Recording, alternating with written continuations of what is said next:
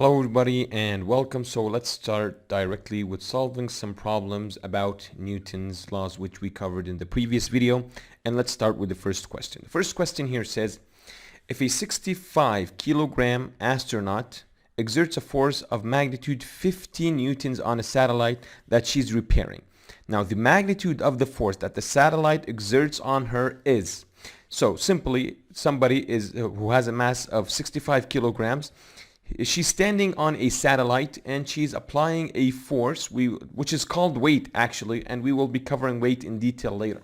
So this is our satellite, for example. I'm not a very good person at drawing, and she's applying a force with her body that's equal to 15 newtons. So again, she's applying a force that's going downward, that's 50 newtons. How much force is what's the magnitude of the force that the satellite is exerting in the other direction? So the answer is simply, actually, we're going to say that the answer is 50 newtons. But why? The most important thing is why.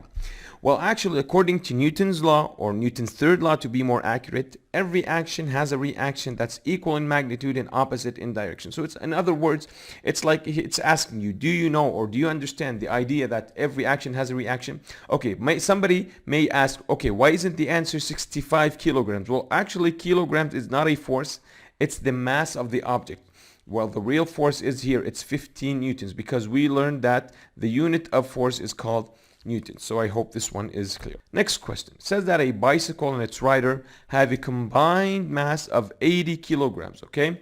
It's moving at a speed of 6 meters per second. What is the magnitude of the average force needed to bring the bicycle and its rider to stop in 4 seconds? So let's start with what we have here. We have here the mass, it's equal to 80 kilograms, and it's moving at a speed of 6 meters per second, so we can say that the velocity is 6 meters per second. What is the force? So what's unknown here is the force, okay? So what's unknown here is the force needed to bring the bicycle and its rider to stop. Okay, so okay, now we have a V initial here which is equal to 6, and we have a V final here which is equal to 0. But what does V initial and V final have to do with Newton's laws? We covered it before in kinetics in one direction, but what does it have to do with Newton's laws? Let's see. Now, and we also have that time here is equal to 4 seconds. So what information do we have? We have M that's equal to 80. We have V initial, which is equal to 6. We have V final, which is equal to 0. And we have T, which is equal to 4. And what's the thing that's unknown? It's the force. The force is unknown. Okay, now let's start with this equation. We know that the force is simply equal to the mass multiplied by the acceleration. Okay, what do we have here? Well, I do have the mass. The mass is equal to 80 kilograms, but so I have the mass, I do not have the force. That's what I'm looking for.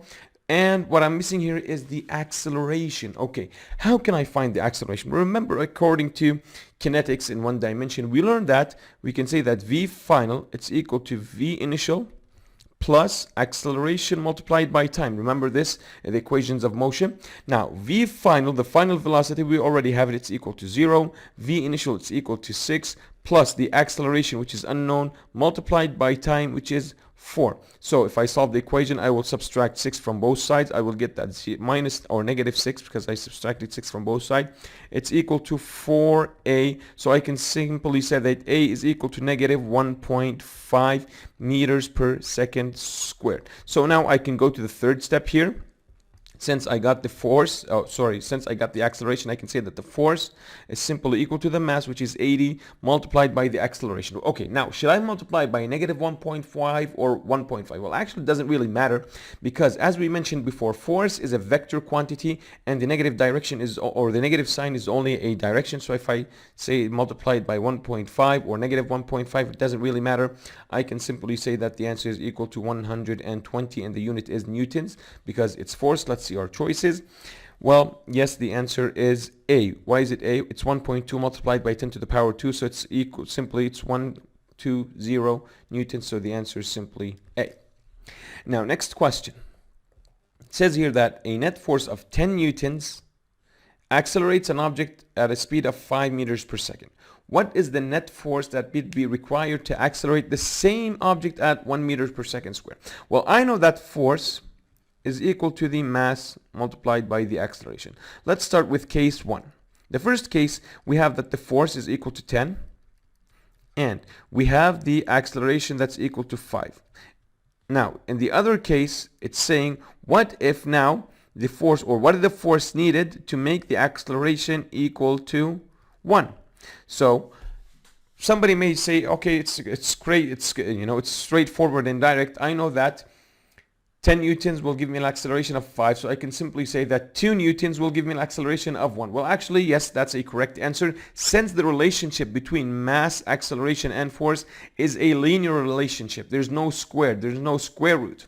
Okay, somebody may think in another way. What if I find the mass? I can say that the mass here, I can rearrange the equation by dividing acceleration by both sides. I can say that the mass is equal to the force divided by the area. So maybe I can start with finding the mass. The mass is equal to the force, which is 10, divided by the acceleration. Sorry, I said area here. So it's equal to 2 kilograms. And I can go back to this part of the question. I know that the force is equal to the mass multiplied by the acceleration. Since I found the mass is equal to 2 multiplied by the acceleration, which is equal to 1. So the force is equal to 2 newtons. So both answers are correct. Let's see our choices. The answer is B. Okay, next question. It says that a car of a mass of 1,200 kilograms. So here I have the mass. It's traveling at a speed of 10 meters per second. So here I have a velocity, and it hits the tree and brings it to rest at 0.1 seconds. So here I have time. Okay, what is the magnitude of the average force? So it's looking for the force. The force is unknown. Acting on the car to bring it to rest. So it's actually very similar to the previous question. So I can say that V initial is 10, and I can say that V final is equal to 0. So what do I have?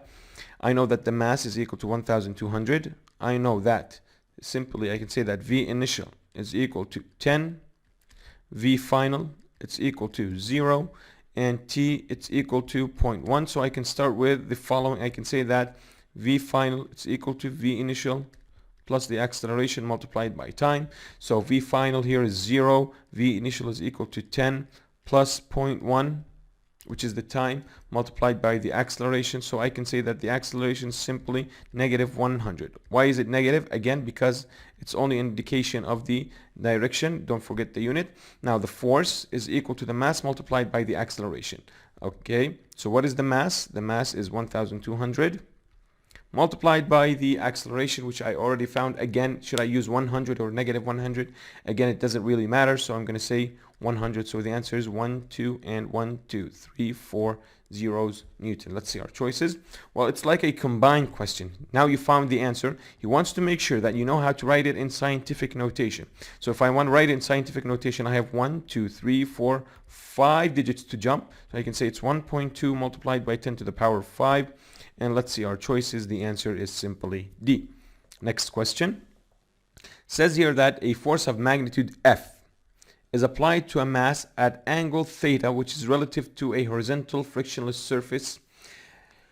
Now the angle theta is increased. The horizontal acceleration of the mass will decrease, increase, or remain the same. So let's draw this picture really quickly. I can say that I have this object.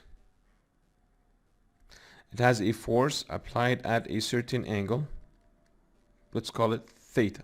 Okay? This is the force F. Now, it says that as the angle is increased, so this theta now is now bigger. Let's draw it again. This is the object. Now the angle is now bigger. The theta increased. Okay? So, what happens to the horizontal acceleration? Well, I know that force is equal to the mass multiplied by acceleration, or I can say that acceleration is equal to force divided by mass. Now, the mass of the object didn't change, okay? So it's stationary, it didn't change. What happened to the force? Did it increase or increase by increasing this angle theta? Well, I know that each of these forces can be, or the force can be transformed into two components. I have a horizontal component and I have a vertical component. Now I'm going to ask myself, if I increase this angle, which is theta, and I make this angle larger, am I increasing the horizontal component, let's call it fx, or am I decreasing it? Well, actually, increasing this angle by common sense is simply decreasing this force. So I'm making this force smaller. So I can say that since the force is becoming smaller, this means that the acceleration for sure is becoming smaller and decreasing. As a quick reminder, I can say that the x component is simply equal to, fx will be equal to the force multiplied by cosine of theta, and here the y component is going to be equal to the force multiplied by sine theta, and theta here is the angle with the horizontal. I hope it's clear. Next question. It says if the mass of an object and the net force acting on the object are both doubled, what will happen to the acceleration? Well, let's start from the equation we know. Force is equal to the mass multiplied by acceleration. So I can say that the acceleration is equal to force divided by mass. Some of you may just draw a simple triangle. If you remember this triangle, I can say that here I have force, I have here mass, and I have here acceleration. So if I'm looking for the acceleration, simply the force divided by mass. Anyways, now it's saying that what happens if I double the force and I double the mass? I'm going to say that here A is equal to double the force, then I double the mass, right? So I multiplied them by 2. Well, actually, I can take the 2 here with 2 here, and I can say that simply nothing will happen to the acceleration since I doubled the force and I doubled the mass. So I can say that here it is unchanged. Now, these are some simple questions on Newton's third law. Actually, they're just like warming up for some more difficult equations and more difficult topics. Stay tuned so you can be on the top of your game. See you then.